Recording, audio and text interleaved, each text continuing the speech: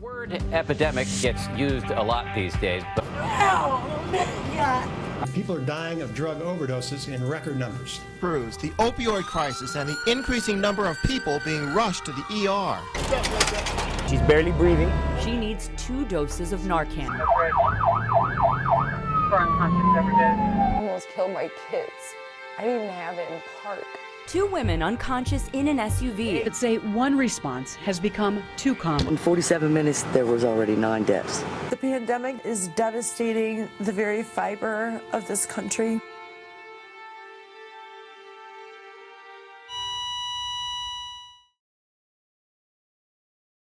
A girl named Courtney at the age of 16 was given one opioid pill that changed her life forever.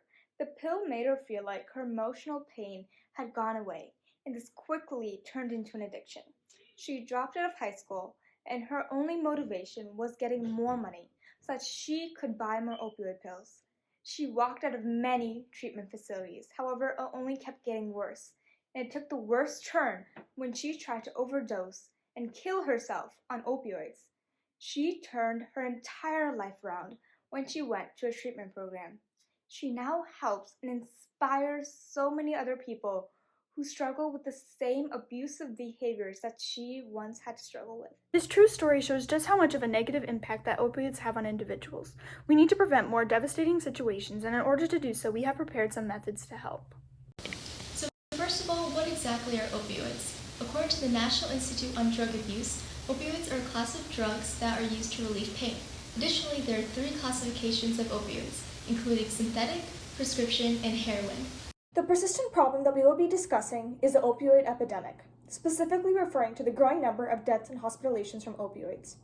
We can see how this opioid abuse has grown to epidemic proportions. According to the National Institute on Drug Abuse, drug overdose is the leading cause of accidental death in the United States. Furthermore, it is crucial to identify how this opioid epidemic started in the first place. Analyzing certain research, we found that in the 1990s, 100 million U.S. adults suffered from chronic pain. In order to alleviate these symptoms, doctors prescribed opioids. And as you can see from this graph, the purple line represents the number of prescription opioids prescribed. And as you can see, from 1999 to 2017, the number has boomed a substantial amount. Due to the exponential increase in opioid overdose deaths, it is important to identify and spread awareness on some of the signs and symptoms of either abusing opioids or overdosing on them. Therefore, community members can identify an individual in need of medical attention or therapy if need be. According to Johns Hopkins Medicine, some signs of addiction are isolating yourself and mood swings. Some signs of being under the influence include slow breathing rate and slurred speech. And lastly, some signs of overdose are unconsciousness and shortened breath. So what are the different uses of opioids? Well, for medical purposes, they can be used to relieve pain. And specific opioid prescriptions can be used to treat severe coughing and diarrhea. However, the distribution of them can get out of control as they're highly addictive. And due to this addictiveness, it can become lethal to individuals as they can die due to an overdose. Now, what makes opioids so addictive in the first place?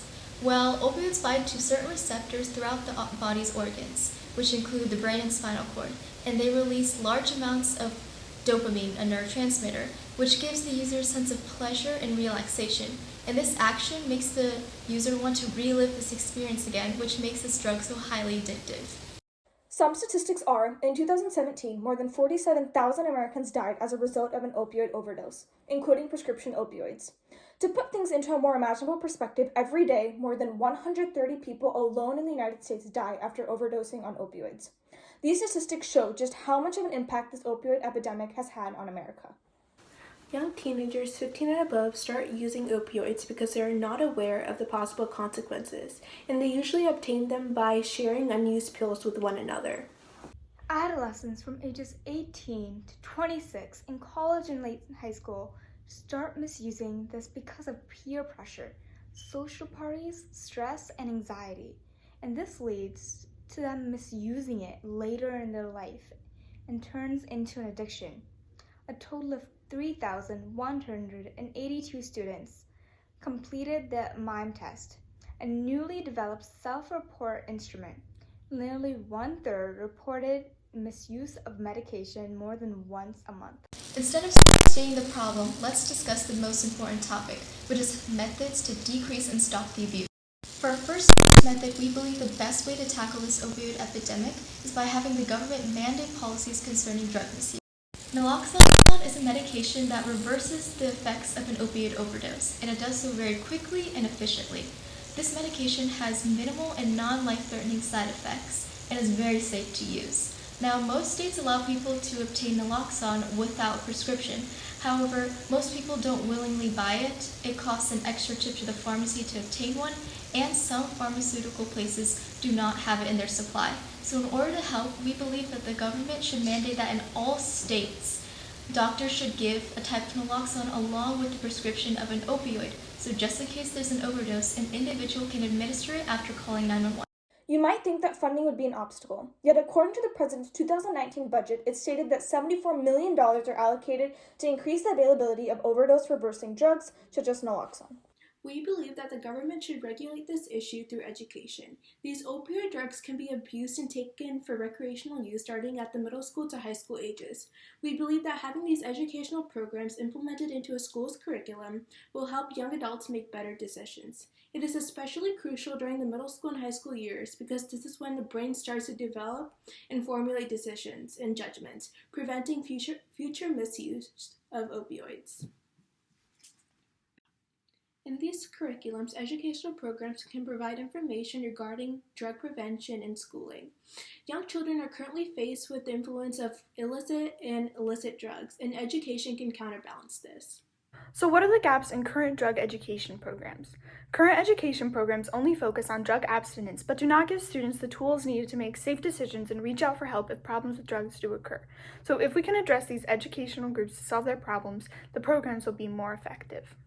For the final method to decrease opioid usage, we had developed the idea of an app to help teens and preteens. This app will include drug education features and short videos that will keep young adults away from drugs, including opioids. It will also include education on how to take action once drug abuse has risen, and also includes a helpline and therapeutic help for whoever needs it. It will be required on all phones of people who are under the age of 21. And this app will give teens a place to write down their own thoughts and any discomfort that they may have. All the notes and phone calls are not completed by the end of the week. All other apps will be shut down until they take the notes they need. Hundreds of thousands of Americans who die due to overdose effects. This has become an opioid epidemic, so there needs to be more awareness spread at an earlier age and more governmental regulation in order to decrease and stop this abuse. Join us in helping fight this opioid epidemic. Thank you.